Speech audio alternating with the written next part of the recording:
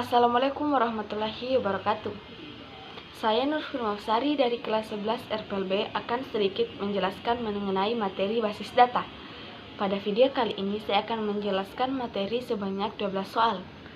Materi pertama, sebutkan 3 kelompok utama instruksi SQL. 1. Data Definition Language atau biasa disebut DDL. 2. Data Manipulation Language atau biasa disebut DML. Ketiga, Data Control Language atau biasa disebut DCL. Soal kedua, sebutkan minimal 3 contoh instruksi SQL yang termasuk DML. 1. Select, 2. Insert, 3. Update, dan 5. Delete.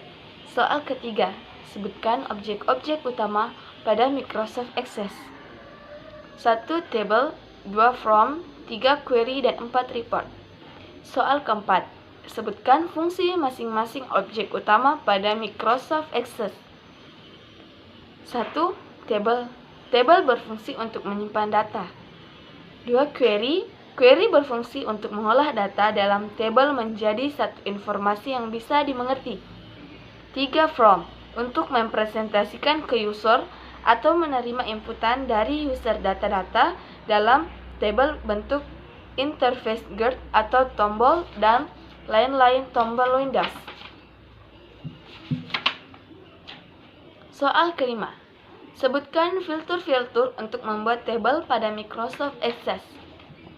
1. Table, 2. Query, 3. Report, 4. Merkle, 5. Model. Soal keenam, jelaskan perbedaan antara filter-filter untuk membuat table. Table, pada pembuatan juga terdapat tipe data di antaranya text, memo, number, date time, atau query C, autonumber. 2. Query, dapat menampilkan isi table yang dikehendaki. 3. From, untuk membuat atau memeriksa dan memperbarui. 4. Report, berfungsi sebagai data yang dapat dimasukkan berupa total, jumlah, atau present tense. 5. Marco, untuk kemampuan program yang handal. 6. Modul, untuk melakukan pemrograman. Soal ketujuh, sebutkan filter-filter untuk membuat form dan report pada Microsoft Access.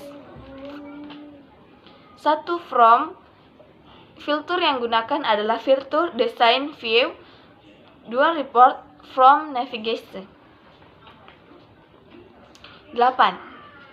Jelaskan perbedaan antara filter-filter untuk membuat form dan report tersebut.